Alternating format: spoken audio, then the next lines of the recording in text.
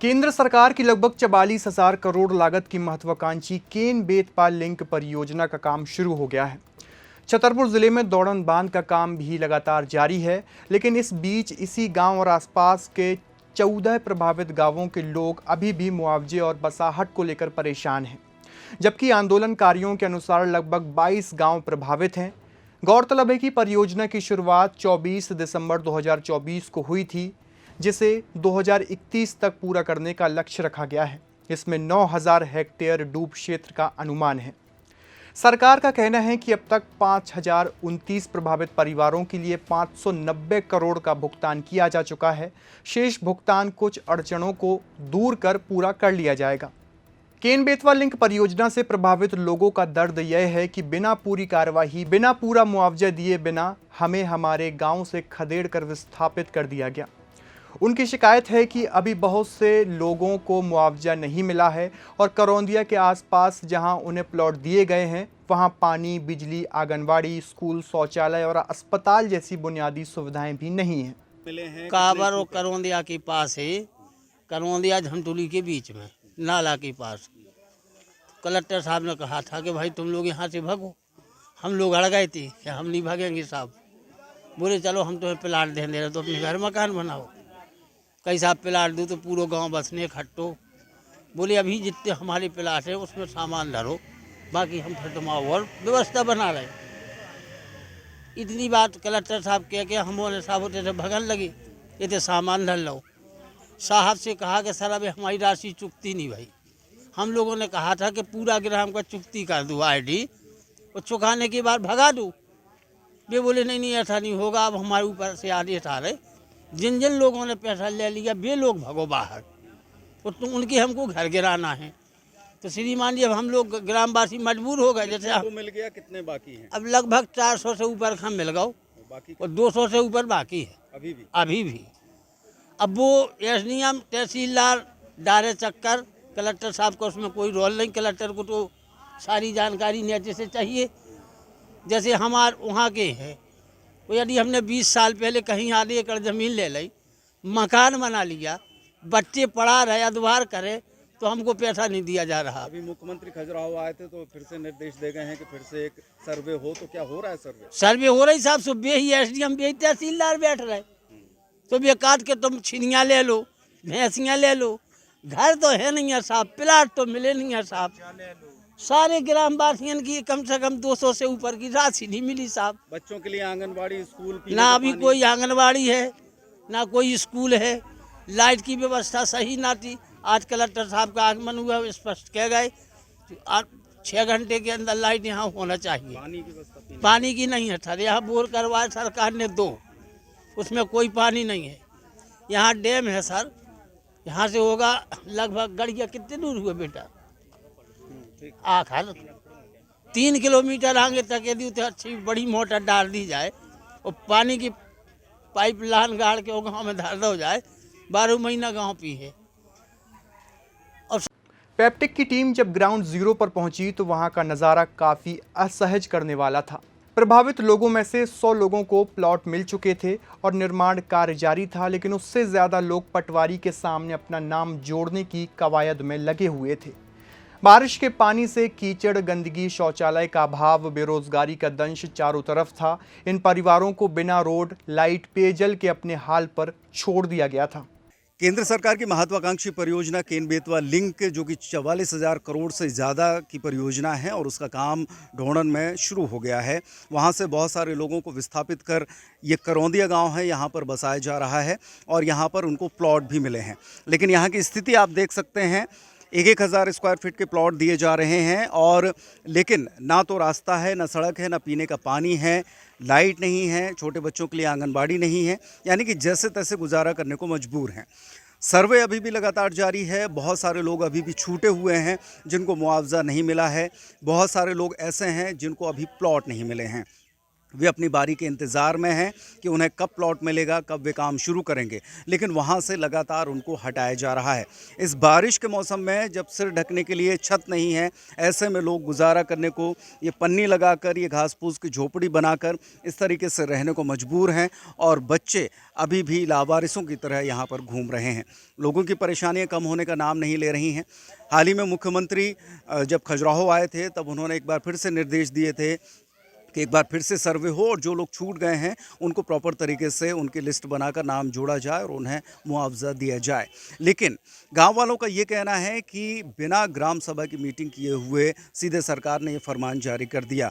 अब ऐसे में बहुत सारे ऐसे लोग हैं जो कि 35 वर्ष के हैं, 40 वर्ष के हैं, लेकिन जिन लोगों ने लिस्ट बनाई उनको 16 वर्ष का घोषित कर दिया तो उन्हें मुआवजा नहीं मिला, चूँकि मुआवजा एक यूनिट को यानी कि एक एडल्ट को मिलना था।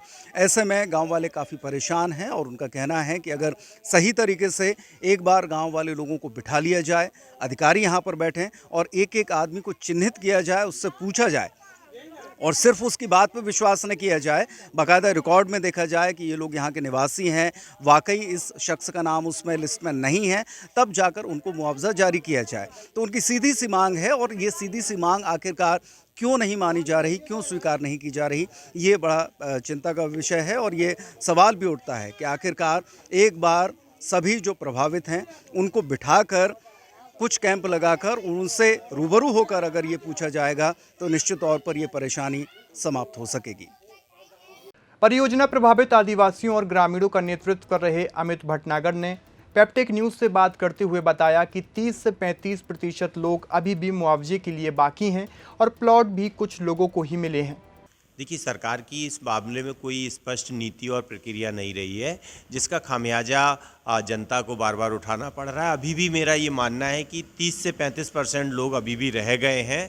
7 लोग तो एक बहुत छोटी संख्या है और ये मान के चलिए कि जिस गांव में वो 7 लोगों को दे रहे हैं वहाँ कम से कम 100 से 70 लोग रह गए हैं। और रही बात प्लाट की है तो सिर्फ ढोणन गाँव के लोगों को कुछ प्लाट दिए गए हैं और अभी भी पूरे गांव के जो लोग हैं, छतरपुर में 14 गांव हैं और पन्ना में 7 गांव हैं, तो ज़्यादातर लोग अभी 90 से 95% लोग प्लाट से भी वंचित हैं। जो प्लॉट दिए गए हैं वहाँ पर उनकी जो बेसिक सुविधाएं हैं उनके क्या हाल? बेसिक सुविधा नाम की कोई चीज़ ही नहीं है। प्लाट नाम की भी वो लोग वहाँ रहने लगे तो वहाँ उनको कह दिया कि ये प्लाट तुम्हें दे दिए हैं। वहाँ कॉलोनी जिस तरह से काटी जानी चाहिए, सड़क, पानी, बिजली, ये सारा पहले लोगों को हटा के फेंक दिया गया।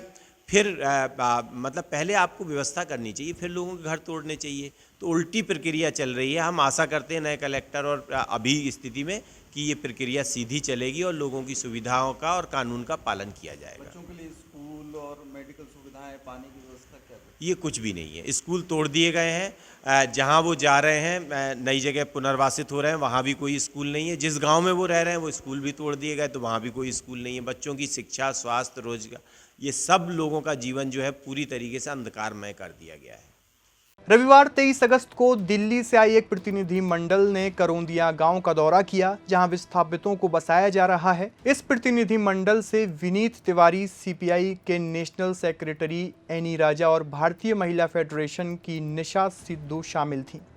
उन्होंने ग्रामीणों से उनके हाल जाने और फिर उनके बदतर हालातों को लेकर काफ़ी निराशा जताई। इस मामले में उन्होंने कलेक्टर मृणाल मीणा से भी बात की और बेसिक ज़रूरतों को तत्काल पूरा करने की बात कही।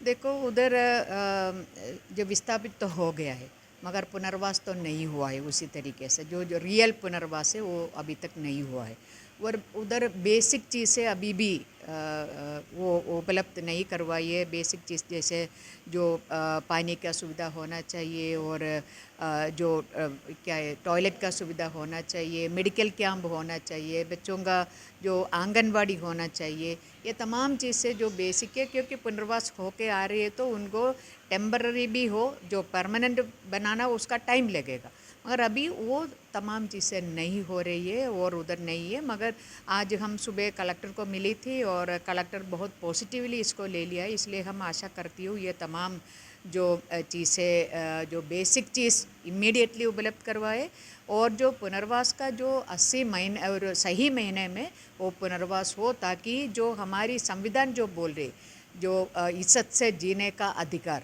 वो अधिकार इन सभी को जो सुनिश्चित करना सरकार की रिस्पॉन्सिबिलिटी है, सरकार वो करेंगी। हम यही आशा करती हूँ कि और हम जनता के साथ खड़ा होकर सरकार के ऊपर इस चीज़ को लेकर सरकार के ध्यान में कलेक्टर के माध्यम से हम इस चीज़ को लेके आएंगे। जी, मैं निशा सिद्धू हूँ, भारतीय महिला फेडरेशन की जनरल सेक्रेटरी, और हम लोग दिल्ली से आए हैं और हमें पता चला था कि यहाँ पे स्थानीय लोगों ने जल समाधि लिया है, चिता समाधि लिया है और ये मामला बहुत हाईलाइट हुआ।